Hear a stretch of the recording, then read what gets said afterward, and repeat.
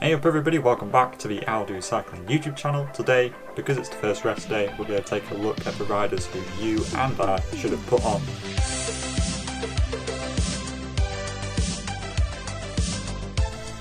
So this is my team. We'll take a look at this in a minute, but I think more importantly we'll have a look at the rider standings and see who is doing best at the moment and who you should have picked. A lot of people did pick Primož Roglic, and understandably, and it looks like we've all been rewarded for that. Almost snagging 1,000 points in the first 10 days of racing. Was it 9 days, 10 days of racing? Fabio Jakobsen, second place, 900 points. He's been the highest scoring sprinter. He's even outscored Jasper Philipsen, who ended up costing 4 credits more. Henrik Mas has been a fantastic kind of lower budget GC rider, and I think he's just showing that he can really step it up sometimes. Michael Matthews is the other 10-point sprinter who's pretty close to Jakobsen.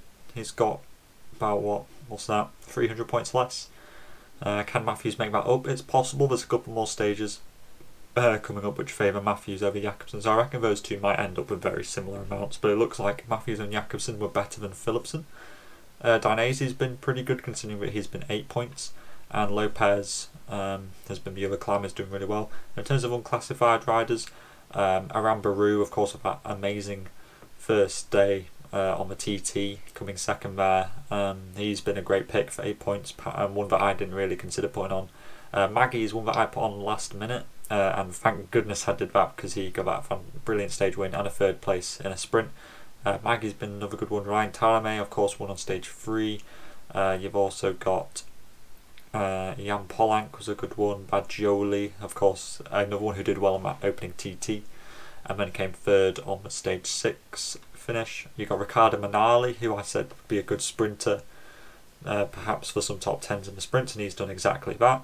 Michael Storer for DSM got that stage win a couple of days ago.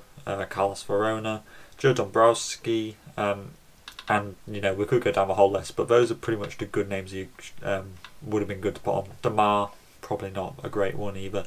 Haig's looking pretty surprisingly good for an 8-pointer climber, I think he was, so that's really good from Haig. Overall, when we look at my team now, so this is the team that I went with. I'm kind of happy with it. Of course, we've got Roglic in here, we've got Jakobsen, we've got Maggie, who's doing alright. David de la Cruz is sitting in 10th place in GC, which is pretty much exactly where I expected him to be, so I'm quite happy with that.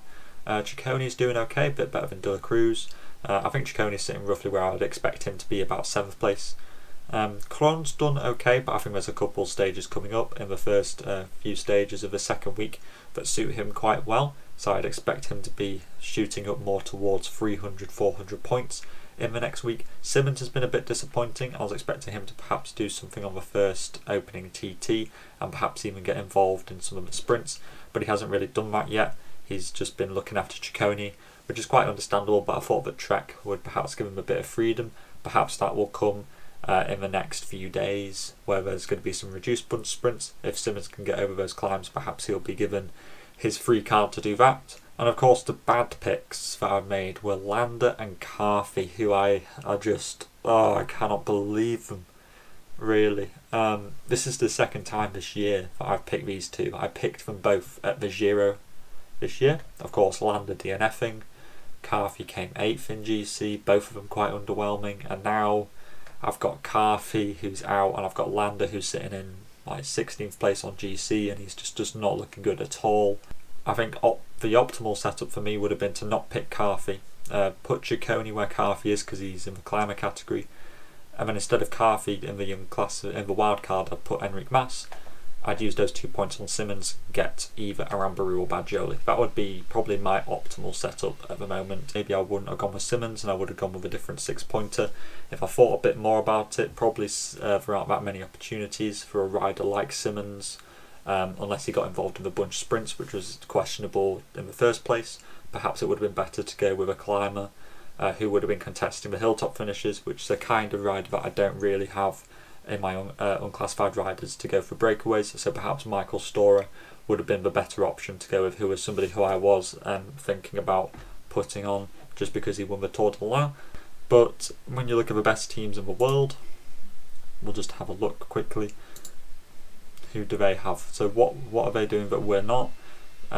You know, we've got some similar riders. We've got Roglic, Jakobsen and Maggie and Ciccone, so we've got 4 riders the same there. Of course they've got we've got Matthews as well, 2 sprinters. I think that's quite interesting, but it could work out. The 10 pointers in Pidcock and Shackman were not good picks, as it turns out, but neither of them are really doing much. Haig's a pretty cool one, and Doran Baru. So it's a pretty similar team. We've got 4 of the same riders. I'll give a bit of a shout out to whoever's leading the Aldo Cycling League. Well done to Stephen Budico. Congrats to you with Cycling Weekly. I'll show your team now. Roglic, Mas, Landa, Lopez, really like that.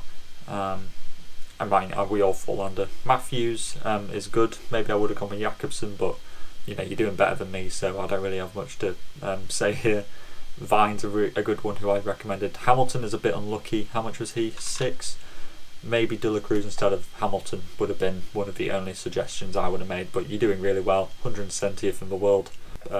Perhaps do another one of these for the second rest day and then a conclusion, but if I don't, then I will see you next time at the Britannia Classic for the next round of a Super Classico, and then onwards to the Benelux Tour, formerly the Anico Big Bank Tour. And yeah, that'll be the next round and I think the final round of the Velogames Stage Race Championships. So I'll see you then. Keep your masks on, stay safe, and I'll talk to you next time. Salut!